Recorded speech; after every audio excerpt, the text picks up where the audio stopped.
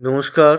ভাগ্যবার্তা অনুষ্ঠানে শিক্ষা যথেষ্ট অর্জন করেছেন, কিন্তু কোনো কিছুতেই সাফল্য আসছে না, কর্ম পাচ্ছেন না। তাদের ক্ষেত্রে রবিবার দিন একটু গঙ্গা জল হোক বা কূপের জল হোক, সেই জলে সামান্য পরিমাণ গুড় মিশিয়ে সূর্যদেবকে অর্পণ করবেন আর নিজের মনের কামনা বলবেন।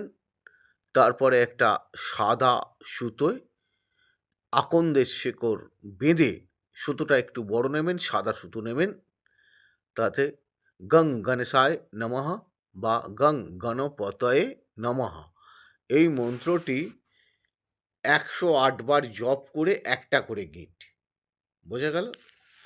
১০৮ বার জপ করে আপনার একটা করে গিট দেবেন এবং ১১টা গিটের পর সেই সাদা মালাটা গণেশজিকে চড়াবেন এবং অনুরোধ করবেন যে, হে প্রভু, হে গণেশ, সাক্ষাৎ তুমি আমার এই কর্মের যোগাযোগ করিয়ে দাও, যাতে কর্মটা আমার জীবনে আসে, আমি যাতে সাফল্য লাভ করতে পারি।